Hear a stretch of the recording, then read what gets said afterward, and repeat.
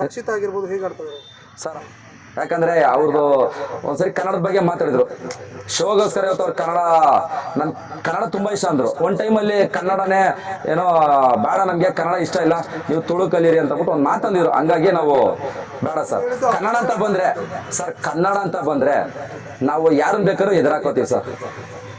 ಹಂಗಾಗಿ ನಮಗೆ ಕನ್ನಡದ ಬಗ್ಗೆ ಅಪಮಾನ ಮಾಡಿದಾಗ ಬಿಗ್ ಬಾಸ್ ಅಲ್ಲಿ ಬಂದ್ಬಿಟ್ಟು ನಮಗೆ ಈಗ ಕನ್ನಡ ಅಂದರೆ ಇಷ್ಟ ಅನ್ನೋರನ್ನ ಬೇಡ ಸರ್. ಇನ್ನೊಂದೇನೆಂದರೆ ಇಲ್ಲಿ ಗೆಲ್ಲಬೇಕು ಸರ್.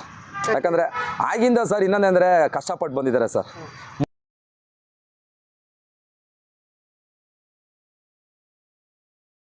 ಸರ್ ನಮಸ್ತೆ ಸರ್. ಬಿಗ್ ಬಾಸ್ ನೋಡ್ತೀರಾ? ಖಂಡಿತ ಸರ್.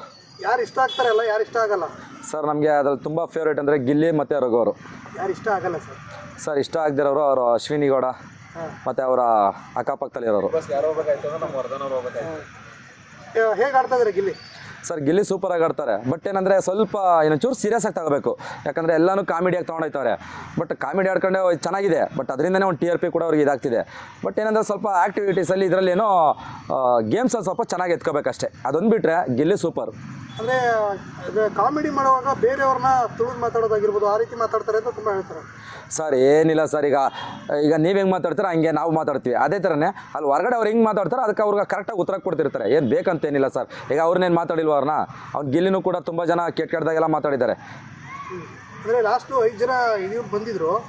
5 ಜನ ಕಂಟೆಸ್ಟೆಂಟು. ಅವ್ರಿಗೆ ಈಗ ಬಿಟ್ಟಿ ಊಟಕ್ಕೆ ಬಂದಿದ್ದೀರಾ ಅನ್ನೋದಾಗಿರ್ಬೋದು, ಅಥವಾ ನಿಮ್ಗೆ ಎಷ್ಟನೇ ಮದುವೆ ಅನ್ನೋದಾಗಿರ್ಬೋದು, ಈ ಥರ ಎಲ್ಲ ಅದಾಗ ಏನು ಅನ್ಸುತ್ತೆ ಸರ್? ಬೇಜಾರಾಗುತ್ತೆ ಸರ್.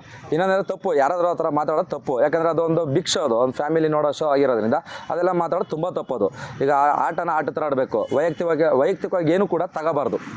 ಈಗ ಅಲ್ಲೇನಿದೆ ಅಷ್ಟು, ಆ ಸರ್ಕಲಲ್ಲಿ ಏನಿದೆ ಅಷ್ಟನ್ನು ಮಾತ್ರ ಮಾತಾಡೋಕು. ವೈಯಕ್ತಿಕವಾಗಿ ಮನೆ ವಿಷಯಗಳು ಬೇಡದಿರೋದು ಅವೆಲ್ಲ ಅಲ್ಲಿ ಮಾತಾಡೋದೇ ವ್ಯರ್ಥ ಸರ್. ಈಗ ವೈಲ್ಡ್ ಕಾರ್ಡ್ ಆಗಿ ರಜತ್ ಮತ್ತು ಇವ್ರು ಬಂದಿದ್ದಾರೆ. ಹೌದು, ಚೈತ್ರ. ಅವ್ರು ಬಂದಿರೋದು ಒಳ್ಳೇದಾ ಕೆಟ್ಟದಾ? ಸರ್ ಒಂದು ರೀತಿಯಲ್ಲಿ ಒಳ್ಳೇದೇ ಸರ್. ಯಾಕಂದರೆ ಮಧ್ಯದಲ್ಲಿ ಈಗ ಅವ್ರಿಗೂ ಕೂಡ ನೋಡಿ ಮುಖ ನೋಡಿ ಬೇಸತ್ತಿರ್ತಾರೆ. ಯಾರಾದರೂ ಮಧ್ಯದಲ್ಲಿ ಒಂದು ಸ್ವಲ್ಪ ಫೈರ್ಗಳು ಬತ್ತು ಅಂತಂದ್ರೆ ಅವರು ಒಂದು ಸ್ವಲ್ಪ ಆ್ಯಕ್ಟಿವ್ ಆಯ್ತಾರೆ. ಅವಾಗ ಔಟ್ಸೈಡ್ ಅವ್ರು ಏನು ಹೇಳ್ತಾರೋದಂದರೆ ಲಾಸ್ಟ್ ಟೈಮ್ ತೊಗೊಂಡಿರೋನೇ ಯಾಕೆ ತೊಗೊಂಡಿದ್ರೆ ಹೊಸಬ್ರು ತೊಗೋಬೋದಿತ್ತು ಸರ್. ಇನ್ನೊಂದೇನೆಂದರೆ ಈಗ ಅವ್ರಿಗೆ ಗೊತ್ತಿರ್ತದೆ ಸರ್. ಈಗ ಯಾರು ಬಂದರೆ ಸೂಕ್ತ, ಅಲ್ಲಿ ಆಟ ಏನಕ್ಕೆ ಆಡಿಸ್ಬೋದು, ಅವ್ರನ್ನ ಹೆಂಗೆ ಚುರುಕು ಮಾಡಬೇಕು ಅದ್ರ ಬಗ್ಗೆ ಗೊತ್ತಿರ್ತದೆ. ಈಗ ಏನೇ ಒಂದು ಕೆಲಸ ಮಾಡೋಕ್ಕಾದ್ರು ನಾಲೆಡ್ಜ್ ಇರಬೇಕು. ಅದ್ರ ಬಗ್ಗೆ ಗೊತ್ತಿರೋರನ್ನ ಒಳಗೆ ಕಳಿಸಿದ್ರೆ ಅದು ಆಟ ಚೆನ್ನಾಗಿರ್ತದೆ. ಈ ಸಲ ಬಿಗ್ ಬಾಸಲ್ಲಿ ಗಿಲ್ಲಿ ಒನ್ ಮ್ಯಾನ್ ಶೋ ಆಗಿತ್ತು. ಆ ಒನ್ ಮ್ಯಾನ್ ಶೋನ ಎಲ್ಲ ತಡೀಲಿಕ್ಕೋಸ್ಕರ ರಜತ್ನ ಒಳಗಡೆ ಕಳಿಸಿದ್ರೆ ಅನಿಸುತ್ತೆ ನನಗೆ. ಸರ್ ಇನ್ನೊಂದೇನೆಂದರೆ ನಾವು ಹಂಗೆ ನೆಗೆಟಿವ್ಗೂ ತಗೊಳಕ್ಕಲ್ಲ ಸರ್, ಪಾಸಿಟಿವ್ ತಗೊಳ್ಳಿ. ಈಗ ಅವ್ನು ಸ್ವಲ್ಪ ಎಲ್ಲೋ ವೀಕ್ ಆಗ್ತಾ ಇರಬೇಕು, ಅವನ್ನ ಸ್ವಲ್ಪ ಚುರುಕು ಮಾಡೋದು ಇರ್ಬೋದು, ಆ ಥರ ಪಾಸಿಟಿವ್ ತಗೋಬೇಕು.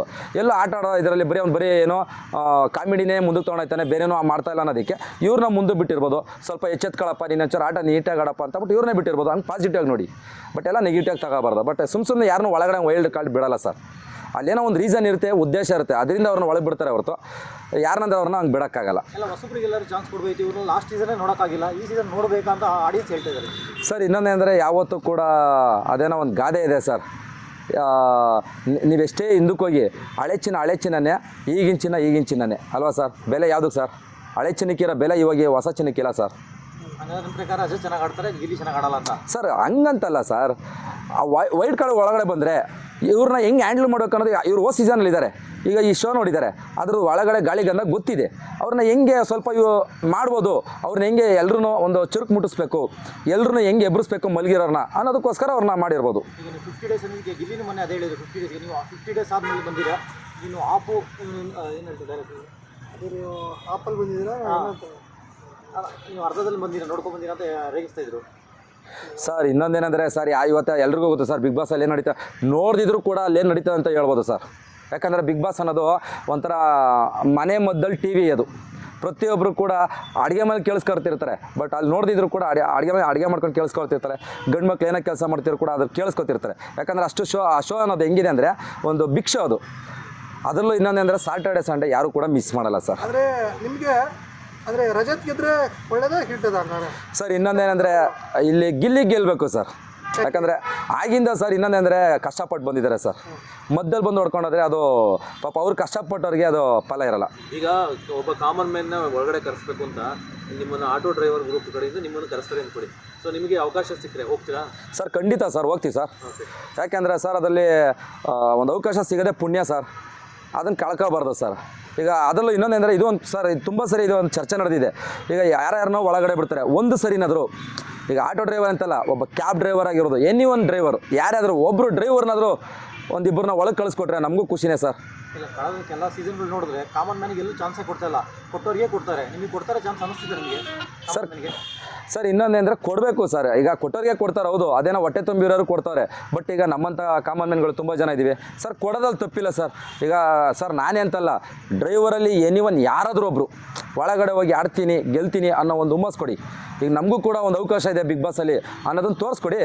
ಈಗ ಸಮಾಜದಲ್ಲಿ ಸಮಾನತೆ ಅನ್ನೋದನ್ನು ತೋರಿಸಿ, ಬರೀ ಈಗ ಸಿನಿಮಾದಲ್ಲಿ ತೋರಿಸೋದು ಮಾತಲ್ಲಿ ಹೇಳೋದಲ್ಲ, ಬಟ್ ಇಂಥ ಶೋಗಳಲ್ಲಿ ನಮ್ಮಂಥವ್ರನ್ನೂ ಕೂಡ ನೀವು ಆರಿಸ್ಕೋಬೇಕು, ಆವಾಗಲೇ ಸಮಾನತೆ ಅಂತ ಆ ಮಾತಿಗೆ ಅರ್ಥ ಬರೋದು.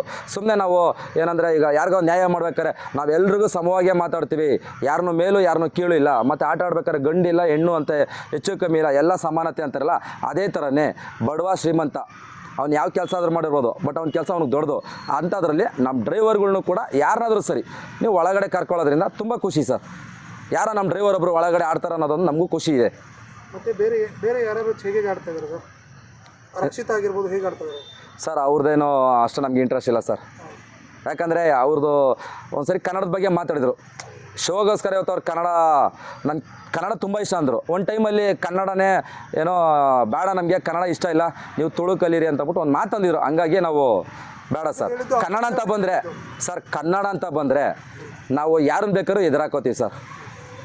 ಹಂಗಾಗಿ ನಮಗೆ ಕನ್ನಡದ ಬಗ್ಗೆ ಅಪಮಾನ ಮಾಡಿದಾಗ ಬಿಗ್ ಬಾಸಲ್ಲಿ ಬಂದ್ಬಿಟ್ಟು ನಮಗೆ ಈಗ ಕನ್ನಡ ಅಂದರೆ ಇಷ್ಟ ಅನ್ನೋರನ್ನ ಬೇಡ ಸರ್. ಎಲ್ಲಿದ್ದರೂ ಕನ್ನಡ ಅಂತ ಎತ್ತಿಡಿತಾರಲ್ಲ ಅಂಥವ್ರಿಗೆ ಎಲ್ಲಿದ್ದರೂ ನಾವು ಸಪೋರ್ಟ್ ಮಾಡ್ತೀವಿ ಸರ್.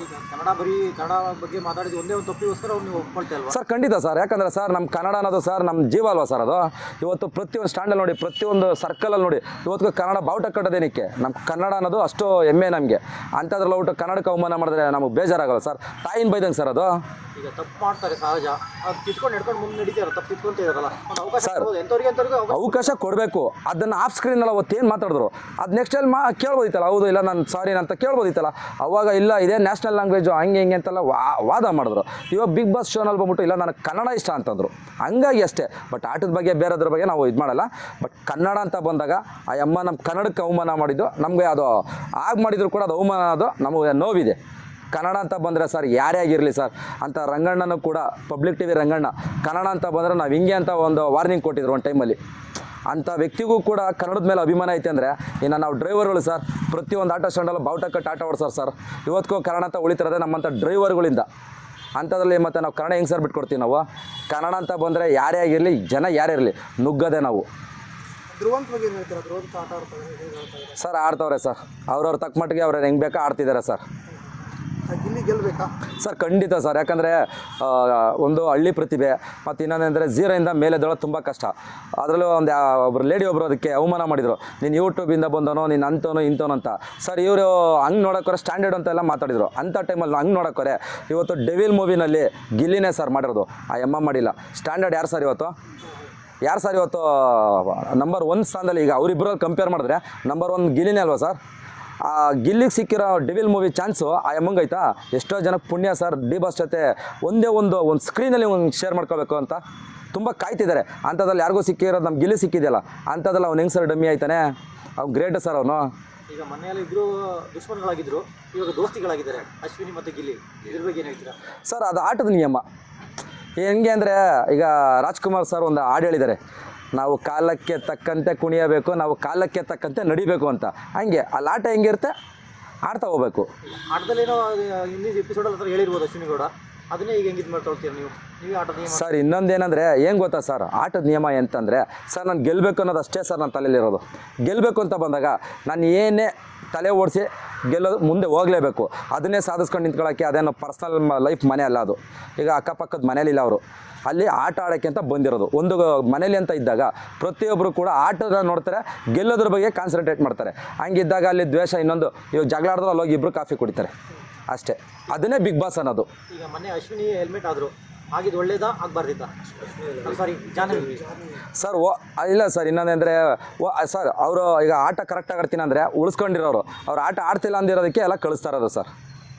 ಆಡಂಗಿರಿ ಇನ್ನೊಂದೇನೆಂದರೆ ಬರೀ ಸರ್ ಅಲ್ಲಿ ಆಲ್ಮೋಸ್ಟ್ ಬರೀ ಲೇಡೀಸ್ದು ಕಿತಾಪತಿಗಳೇ ಸರ್. ಇಬ್ಬರು ಪಾರ್ಟ್ನರ್ಗಳೇ ಒಂದಲ್ಲ ಒಂದು ಕಿರಿಕು ಸರ್. ಇನ್ನೊಂದೇನಂದ್ರೆ ಗಂಡು ಮಕ್ಳು ವಾಯ್ಸೇ ಇಲ್ಲ ಅಲ್ಲಿ, ಬರೀ ಇವ್ರುಗಳದೇ ವಾಯ್ಸು. ಇನ್ನೊಂದು ಏನಾದ್ರು ರಜತ್ನ ಕಳಿಸಿದಾರ? ಇರ್ಬೋದು ಸರ್, ಇದ್ರೂ ಇರ್ಬೋದು ಖಂಡಿತ. ಯಾಕೆ ಗೊತ್ತಾ, ಈಗ ಎರಡು ವಾಯ್ಸ್ ರೈಸ್ ಆಯ್ತಾಯ್ತು ಅಂದಾಗ ಗಂಡು ಮಕ್ಳು ಯಾರಾದ್ರೂ ಮಾತಾಡಬೇಕಲ್ಲ.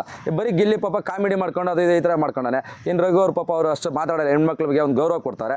ಇನ್ನು ಬೇರೆ ಇನ್ನು ಯಾರೋ ಅಷ್ಟು ವಾಯ್ಸ್ ರೈಸ್ ಮಾಡಲ್ಲ. ಅಕ್ಕಪಕ್ಕದಲ್ಲಿ ಅವ್ರ ಜೊತೆ ಓಡಾಡ್ಕೊಂಡಿದ್ದಾರೆ. ಇನ್ನು ಮಾತಾಡೋಕ್ಕೊಬ್ರು ಬೇಕಲ್ಲ. ಈಗ ನೀವು ಆಗಲೇ ಹೇಳಿದ್ರಲ್ಲ ಯಾಕೆ ಕಳಿಸಿರು ಅಂತ, ಅನುಭವಸ್ಥ ಅನ್ನೋದು ಇದಕ್ಕೇನೆ.